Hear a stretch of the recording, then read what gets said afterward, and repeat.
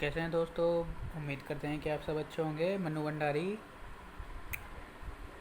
इनके जीवन परिचय के बारे में बात करेंगे और जो इन्होंने लिखा हुआ है एक कहानी यह भी। चैनल को भी सब्सक्राइब कर लें, वीडियो को लाइक शेयर करना ना भूलें। तो बिना देर के हुए वीडियो को शुरू करते हैं। मन्नू भंडारी का जन्म सन 1931 में गांव भानपुरा, जिला मंदसौर, मध्य प्रदेश में हुआ, परंतु उनकी इंटर तक की शिक्षा दीक्षा हुई राजस्थान के अजमेर शहर में। बाद में उन्होंने हिंदी में एमए किया। दिल्ली के मिरांडा हाउस कॉलेज में अध्यापन कार्य से अवकाश प्राप्ति के बाद आजकल दिल्ली में ही रहकर स्वतंत्र लेखन कर रही हैं। स्वातंत्र्योत्तर हिंदी कथा साहित्य की प्रमुख हस्ताक्षर मन्नू भंडारी की प्रमुख रचनाएं हैं एक प्लेट सैलाब, मैं हार गई, यही सच है, त्रिशंकु, कहानी संग्रह, आपका बंटी, महाभोज, उपन्यास। इसके अलावा उन्होंने फिल्म एवं टेलीविजन धारावाहिकों के लिए पटकथाएं भी लिखी हैं। हाल ही में एक कहानी यह भी नाम से आत्मकथ्य का प्रकाशन। उनकी साहित्यिक उपलब्धियों के लिए हिंदी अकादमी के शिखर सम्मान सहित उन्हें अनेक पुरस्कार प्राप्त हो चुके हैं, जिनमें भारतीय भाषा परिषद, कोलकाता, राजस्थान संगीत नाटक अकादमी, उत्तर प्रदेश हिंदी संस्थान के पुरस्कार शामिल हैं। मन्नू भंडारी की कहानियां हों या उपन्यास, उनमें भाषा और शिल्प की सादगी तथा प्रामाणिक अनुभूति मिलती है। उनकी रचनाओं में स्त्री मन से जुड़ी अनुभूतियों की अभिव्यक्ति भी देखी जा सकती है। एक कहानी यह भी के संदर्भ में सबसे पहले तो हम ये जान लें कि मन्नू भंडारी ने पारिभाषिक अर्थ में कोई सिलसिलेवार आत्मकथा नहीं लिखी है। अपने आत्मकथ्य में उन्होंने उन व्यक्तियों और घटनाओं के बारे में लिखा है जो उनके लेखकीय जीवन से जुड़े हुए हैं। संकलित अंश में मन्नू जी के किशोर जीवन से जुड़ी घटनाओं के साथ उनके पिताजी और उनकी कॉलेज की प्राध्यापिका शीला अग्रवाल का व्यक्तित्व विशेष तौर पर उभर कर आया है, जिन्होंने आगे चलकर उनके लेखकीय व्यक्तित्व के निर्माण में महत्वपूर्ण भूमिका निभाई। लेखिका ने यहाँ बहुत ही खूबसूरती से साधारण लड़की के असाधारण बनने के प्रारंभिक पड़ावों को प्रकट किया है। सन 47 की आजादी की आंधी ने मन्नू जी को भी अछूता नहीं छोड़ा। छोटे शहर की युवा होती लड़की ने आजादी की लड़ाई में जिस तरह भागीदारी की, उसमें उसका उत्साह, ओज, संगठन क्षमता और विरोध करने का तरीका देखते ही बनता है। एक कहानी यह भी जन्मी तो मध्य प्रदेश के भानपुरा गांव में थी, लेकिन मेरी यादों का सिलसिला शुरू होता है अजमेर के ब्रह्मपुरी मोहल्ले के उस 2 मंजिला मकान से, जिसकी ऊपरी मंजिल में पिताजी का साम्राज्य था, जहां वे निहायत अव्यवस्थित ढंग से फैली बिखरी पुस्तकों, पत्रिकाओं और अखबारों के बीच या तो कुछ पढ़ते रहते थे या फिर डिक्टेशन देते रहते थे। नीचे हम सब भाई बहनों के साथ रहती थी हमारी बेपड़ी लिखी, व्यक्तित्वविहीन माँ। सवेरे से शाम तक हम सबकी इच्छाओं और पिताजी की आज्ञाओं का पालन करने के लिए सदैव तत्पर। अजमेर से पहले पिताजी इंदौर में थे, जहां उनकी बड़ी प्रतिष्ठा थी, सम्मान था, नाम था। कांग्रेस के साथ साथ वे समाज सुधार के कामों से भी जुड़े हुए थे। शिक्षा के वे केवल उपदेश ही नहीं देते थे, बल्कि उन दिनों 8 10-10 विद्यार्थियों को अपने घर रखकर पढ़ाया है, जिनमें से कई तो बाद में ऊंचे ऊंचे ओहदों पर पहुंचे। ये उनकी खुशहाली के दिन थे और उन दिनों उनकी दरियादिली के चर्चे भी कम नहीं थे। एक और वे बेहद कोमल और संवेदनशील व्यक्ति थे, तो दूसरी ओर बेहद क्रोधी और अहंवादी। पर ये सब तो मैंने केवल सुना, देखा। तब तो इन गुणों के भग्नावशेषों को धोते पिता थे। एक बहुत बड़े आर्थिक झटके के कारण वे इंदौर से अजमेर आ गए थे, जहां उन्होंने अपने अकेले के बलबूते और हौसले से अंग्रेजी हिंदी शब्दकोश विषयवार के अधूरे काम को आगे बढ़ाना शुरू किया, जो अपनी तरह का पहला और अकेला शब्दकोश था। इसने उन्हें यश और प्रतिष्ठा तो बहुत दी, पर अर्थ नहीं, और शायद गिरती आर्थिक स्थिति ने ही उनके व्यक्तित्व के सारे सकारात्मक पहलुओं को निचोड़ना शुरू कर दिया। सिकुड़ती आर्थिक स्थिति के कारण और अधिक विस्फारित उनका अहम उन्हें इस बात तक की अनुमति नहीं देता था कि वे कम से कम अपने बच्चों को तो अपनी आर्थिक विवशताओं का भागीदार बनाएं। नवाबी आदतें, अधूरी महत्वाकांक्षाएं, हमेशा शीर्ष पर रहने के बाद हाशिए पर सरकते चले जाने की यातना क्रोध बनकर हमेशा माँ को कपाती थरथराती रहती थी। अपनों के हाथों विश्वासघात की जाने कैसी गहरी चोटें होएगी वे जिन्होंने आंख मूंदकर सबका विश्वास करने वाले पिता को बाद के दिनों में इतना शक्की बना दिया था कि जब तब हम लोग भी उसकी चपेट में आते ही रहते। पर यह पितृ गाथा मैं इसलिए नहीं गा रही कि मुझे उनका गौरव गान करना है, बल्कि मैं तो ये देखना चाहती हूँ कि उनके व्यक्तित्व की कौन सी खूबी और खामियां मेरे व्यक्तित्व के ताने बाने में गुंथी हुई हैं, या कि अनजाने अनचाहे किए उनके व्यवहार ने मेरे भीतर किन ग्रंथियों को जन्म दे दिया। मैं काली हूँ, बचपन में दुबली और मरियल भी थी। गोरा रंग पिताजी की कमजोरी थी, सो बचपन में मुझसे 2 साल बड़ी। खूब गोरी, स्वस्थ और हंसमुख बहन सुशीला से हर बात में तुलना और फिर उसकी प्रशंसा ने ही क्या मेरे भीतर ऐसे गहरे हीन भाव की ग्रंथि पैदा नहीं कर दी कि नाम, सम्मान और प्रतिष्ठा पाने के बावजूद आज तक मैं उससे उबर नहीं पाए। आज भी परिचय करवाते समय जब कोई कुछ विशेषता लगाकर मेरी लेखकीय उपलब्धियों का जिक्र करने लगता है तो मैं संकोच से सिमट ही नहीं जाती बल्कि गड़ने को हो आती हूँ।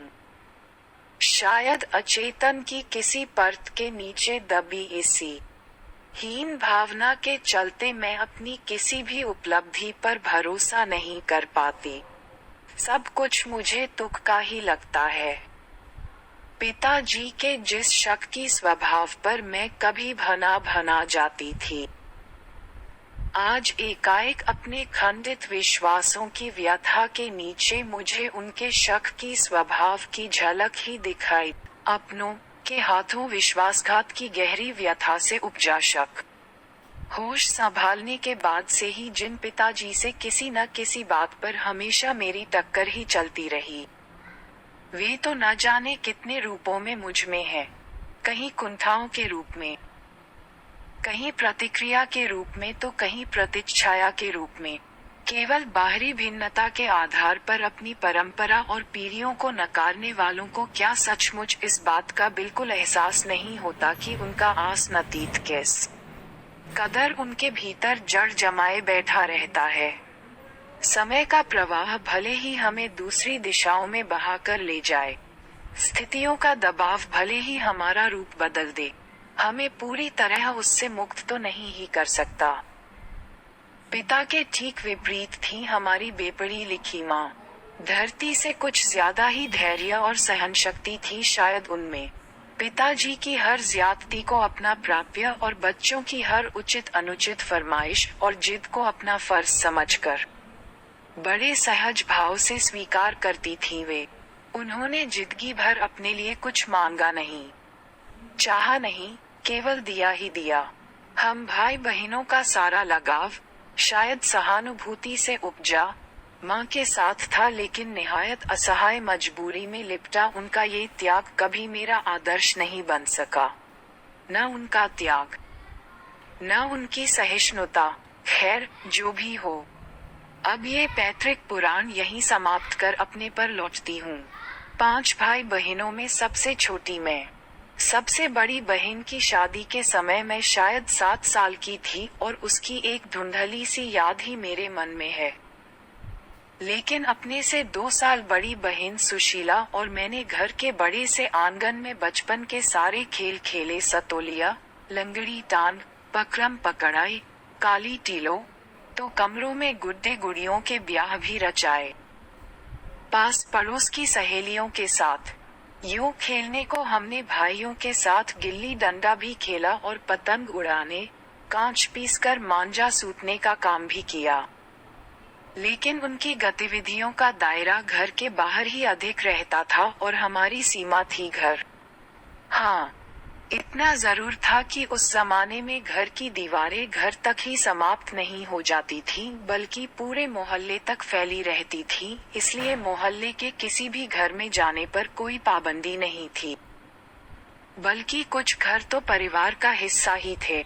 आज तो मुझे बड़ी शिद्दत के साथ यह महसूस होता है कि अपनी जिंदगी खुद जीने के इस आधुनिक दबाव ने महानगरों के फ्लैट में रहने वालों को हमारे इस परंपरागत पड़ोस कल्चर से विच्छिन्न करके हमें कितना संकुचित, असहाय और असुरक्षित बना दिया है।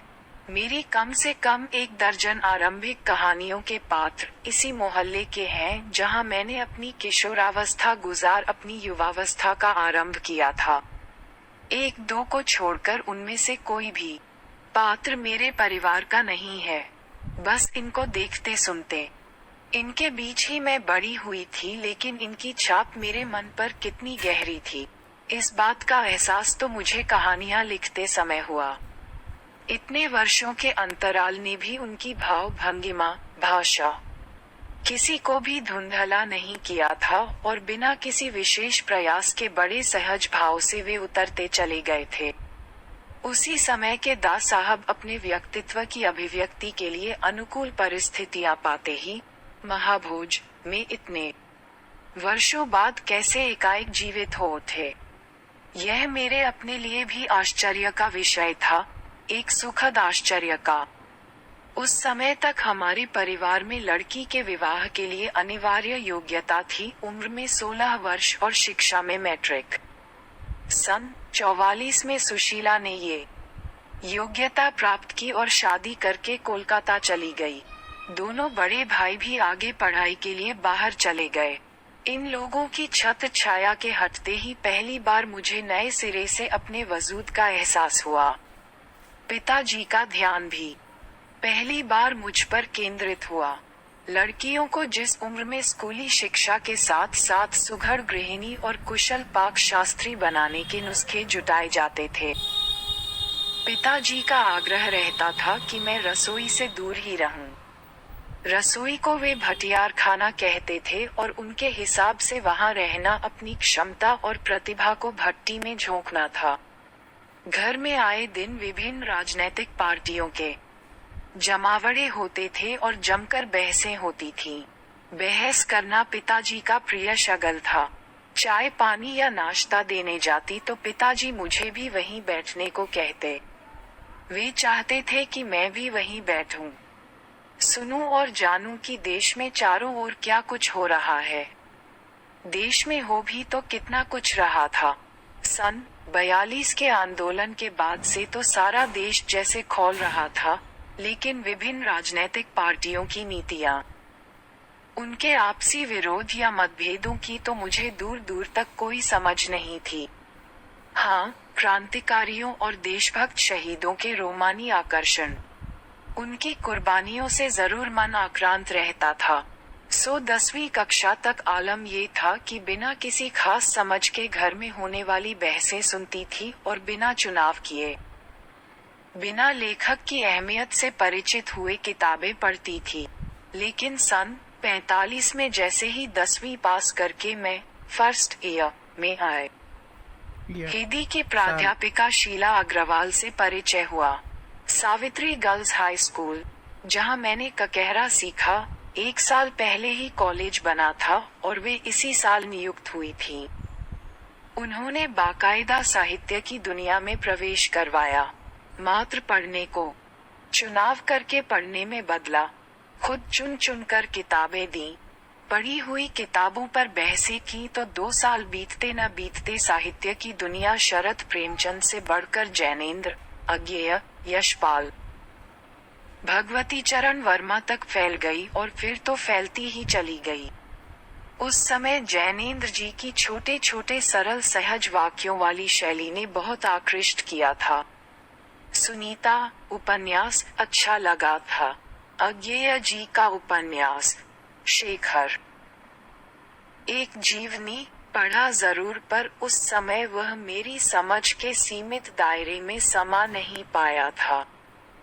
कुछ सालों बाद नदी के द्वीप पढ़ा तो उसने मन को इस कदर बांधा कि उसी झोंक में शेखर को फिर से पड़ गई, इस बार कुछ समझ के साथ। यह शायद मूल्यों के मंथन का युग था। पाप पुण्य, नैतिक अनैतिक, सही गलत की बनी बनाई धारणाओं के आगे प्रश्न चिन्ह ही नहीं लग रहे थे, उन्हें ध्वस्त भी किया जा रहा था।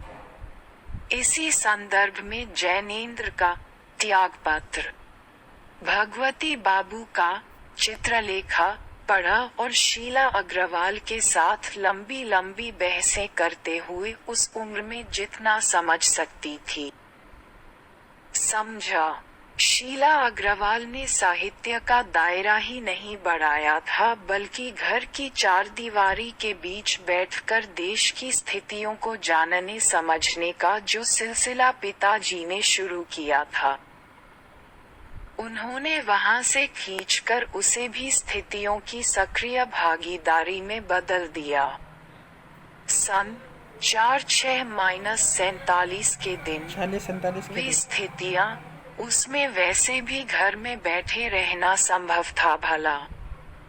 प्रभात फेरियां, हड़तालें, जुलूस, भाषण हर शहर का चरित्र था और पूरे दमखम और जोश खरोश के साथ इन सब से जुड़ना हर युवा का उन्माद। मैं भी युवा थी और शीला अग्रवाल की जोशीली बातों ने रगों में बहते खून को लावे में बदल दिया था। स्थिति यह हुई कि एक बवंडर शहर में मचा हुआ था और एक घर में।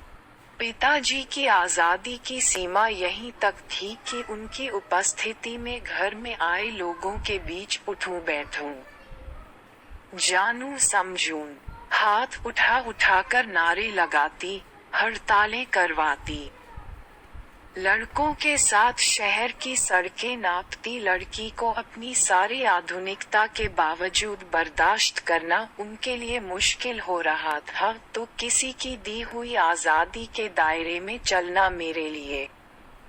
जब रगों में लहू की जगह लावा बहता हो, तो सारे निषेध, सारी वर्जनाएं और सारा भय कैसे ध्वस्त हो जाता है, ये तभी जाना और अपने क्रोध से सबको थरथरा देने वाले पिताजी से टक्कर लेने का जो सिलसिला तब शुरू हुआ था। राजेंद्र से शादी की, तब तक वह चलता ही रहा। यश कामना, बल्कि कहूं कि यश लिप्सा, पिताजी की सबसे बड़ी दुर्बलता थी और उनके जीवन की धुरी था ये सिद्धांत कि व्यक्ति को कुछ विशिष्ट बनकर जीना चाहिए, कुछ ऐसे काम करने चाहिए कि समाज में उसका नाम हो, सम्मान हो, प्रतिष्ठा हो, वर्चस्व हो। इसके चलते ही मैं 2-1 बार उनके कोप से बच गई थी। एक बार कॉलेज से प्रिंसिपल का पत्र आया कि पिताजी आकर मिलें और बताएं कि मेरी गतिविधियों के कारण मेरे खिलाफ अनुशासनात्मक कार्रवाई क्यों न की जाए।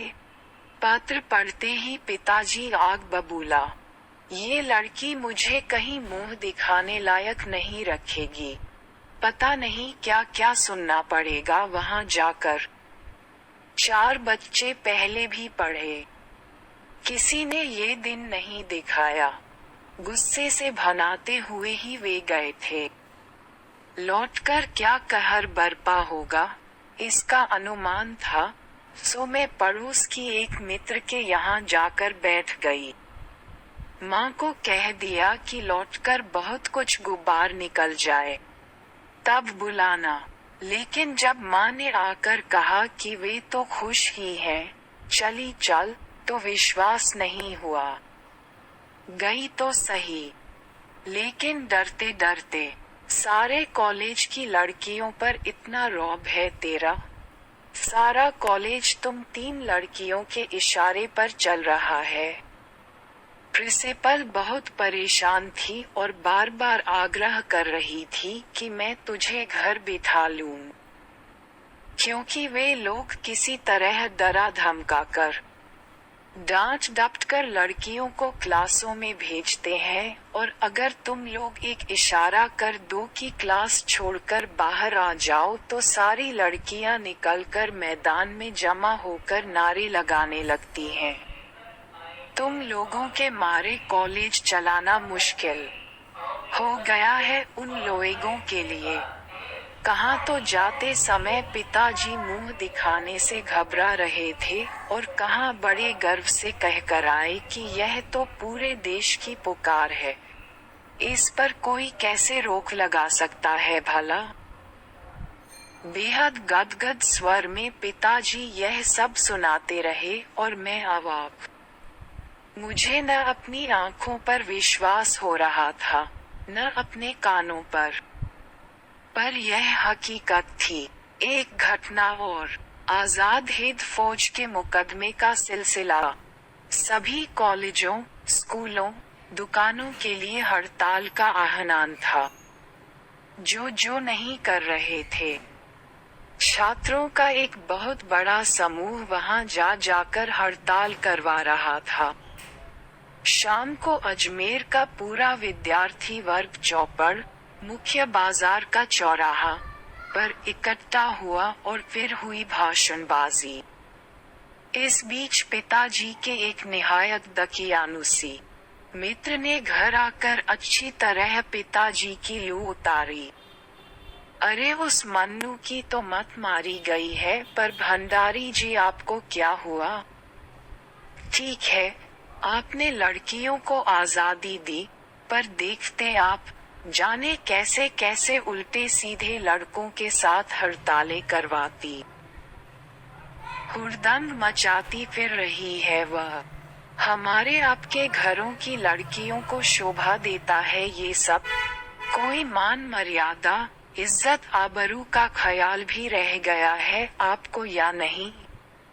वे तो आग लगाकर चले गए और पिताजी सारे दिन भभकते रहे। बस अब यही रह गया है कि लोग घर आकर थू थू करके चले जाएं। बंद करो अब इस मन्नू का घर से बाहर निकलना। इस सब से बेखबर मैं रात होने पर घर लौटी तो पिताजी के एक बेहद अंतरंग और अभिन्न मित्र ही नहीं, अजमेर के सबसे प्रतिष्ठित और सम्मानित डॉक्टर अंबालाल जी बैठे थे। मुझे देखते ही उन्होंने बड़ी गर्मजोशी से स्वागत किया। आओ आओ मन्नू। मैं तो चौपड़ पर तुम्हारा भाषण सुनते ही सीधा भंडारी जी को बधाई देने चला आया। I am really proud of you. क्या तुम घर में घुसे रहते हो भंडारी जी? घर से निकला भी करो। You have missed something. और वे धुआंधार तारीफ करने लगे। वे बोलते जा रहे थे और पिताजी के चेहरे का संतोष धीरे धीरे गर्व में बदलता जा रहा था। भीतर जाने पर माँ ने दोपहर के गुस्से वाली बात बताई तो मैंने राहत की सांस ली। आज पीछे मुड़कर देखती हूँ तो इतना तो समझ में आता ही है, क्या तो उस समय मेरी उम्र थी और क्या मेरा भाषण रहा होगा। ये तो डॉक्टर साहब का स्नेह था जो उनके मुंह से प्रशंसा बनकर बह रहा था, या ये भी हो सकता है कि आज से 50 साल पहले अजमेर जैसे शहर में चारों ओर से उमड़ती भीड़ के बीच एक लड़की का बिना किसी संकोच और झिझक के यूं धुआंधार बोलते चले जाना ही इसके मूल में रहा हो। पर पिताजी कितनी तरह के अंतर्विरोधों के बीच जीते थे वे। एक और विशिष्ट बनने और बनाने की प्रबल लालसा, तो दूसरी ओर अपनी सामाजिक छवि के प्रति भी उतनी ही सजगता। पर क्या ये संभव है?